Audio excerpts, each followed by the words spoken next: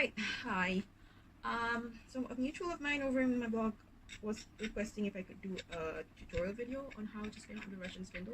So I'm gonna give this a go. Wish me luck. Just want to start. I'll consider myself also a beginner. So I think there's going to be people out there who's obviously better, well versed in spinning on the Russian spindle. I myself come from a drop spindle kind of spinning, so I'm also getting used to this. I do like this kind of supported spinning, but like I wouldn't say my motion is like the best or anything. And besides, I only really have two spindles. I have this one which I use for my singles, and I have this much longer one which I do for my plying. And yeah, so, and which is quite interesting for me, of course, because if you were to spin on a drop spindle, you make a wind on ball of the singles that you want to ply together, and then you spin just like you spin a regular like you're spinning a single, but in the opposite direction, and all of the yarn that was plied is parked onto the spindle. In this case of Russian spindles, what I've learned is that you wind on here the singles that you want to ply, and then you ply it, and then you spin in the opposite direction. I wind on in the same. My wind on direction I find works best if it's just the same like when I'm winding on my singles. It's just that when I want to ply, the spinning direction is of course opposite. So like for example like this. So I spin my singles in my clockwise direction, and I ply in the opposite direction. I just find if I wind on the same way it's fine, because it helps a lot in not making the cup messy. So as you notice, or not, I'm sorry, this is much too long, so it's always out of frame, so I have to sacrifice this one. I'm plying it off the spindle into the ball. So that's what I'm doing. So you notice I'm lifting out the part singles that is on the spindle, while this one gradually grows in size. The traditional advice is to have a core, a flat disc, but I find that it's not useful for me because I've got small hands. So I use at the core waste fiber.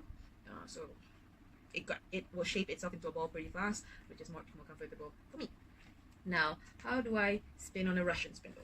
Firstly, I need to have a spinning bowl for me, because it's a lot more convenient to have a ready-made surface that is ready to spin. And in this case also, both of my spindles I got from the Jane Bow Spin shop over on Etsy. She's based in Russia and she makes these spindles, and her spindles comes with a metal tip, which makes the wear a lot longer.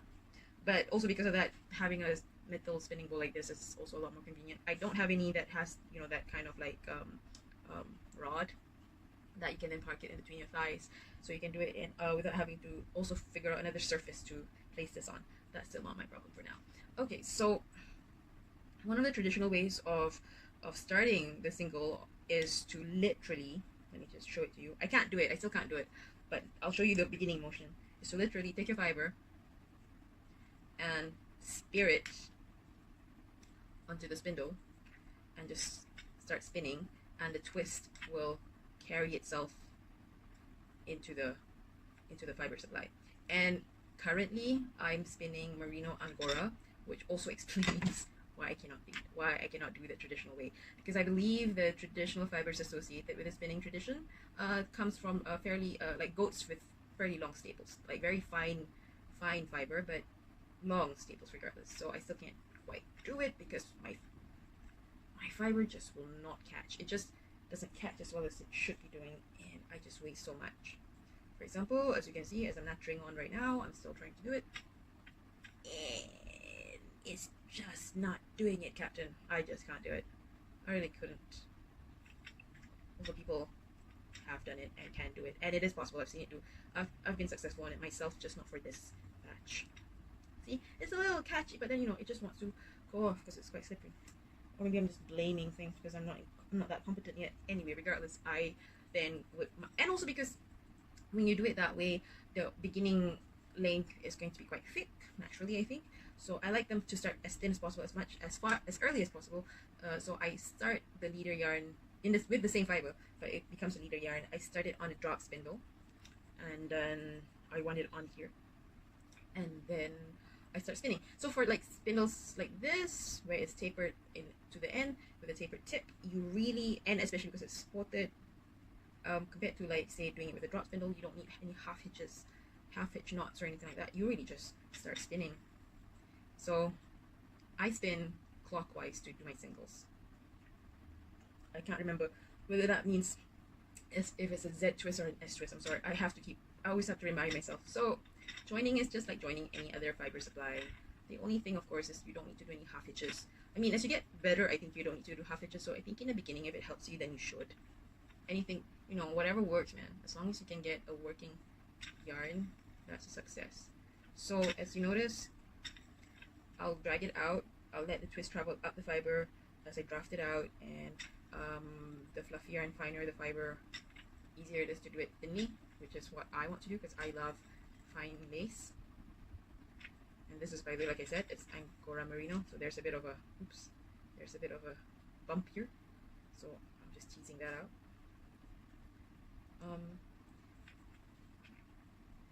So I spin that way, and as you notice, my left hand doesn't really move from the spindle because I'm helping it tug on the fiber to maintain the draft, and also when I let it go, the twist goes up the fibers. And also like this, I allow it to become a surface for the spindle to gently rest on it as it spins so that it doesn't fall and completely disrupts the motion. So a couple of things are happening with my left hand right now, while my right hand focuses on drafting out the fiber. So traditionally, like for me, I'm just much more, when I do drop spinning, I'm much more comfortable in doing short draw. But with this, considering everything, I kind of have to be a lot more okay with long draw. So that's what I'm semi doing right now. It's not, but you know, just there's a lot of starting and stopping with this particular bump of fiber because it's actually, because this is not my first attempt at trying to do this video. So by the time I'm doing this successful iteration, that particular bit of fiber has gotten a little less fluffy and a bit more matted. Oops. So that's how I do. So I buy comb tops, but because this is not on a wheel, I take bits of fluff to spin, and for me, from the fold, it just helps a lot. Okay, and then, yeah, and what do you do when you're finished for the day? Well, I just basically wind it on itself and hope for the best. But if not, you know, oh well, you can always spin it some more. Yeah, which I always do, always an extra couple of turns per length. So get used to it. You'll get used also to the amount of twist that you're comfortable with, or that amount of twist that you expect. But of course, to even out the distribution of twist, I find it's useful for me to then use to take the cup that form here onto another winder, an umbrella swift in this case for me, and then wind it into a temporary ball, or onto a niddy noddy if it's already plied. If it's single, it goes into a ball so that I can then combine it with another single to ply. Once it's done plying, I'll take it off onto a swift, let it rest for a day. That helps to distribute the twist some. Then, you know, put it on the niddy noddy and then finish it, wet finish it, give it a little bit of abuse, whack it as much as I can, and that also distributes the twist. Typical stuff, really.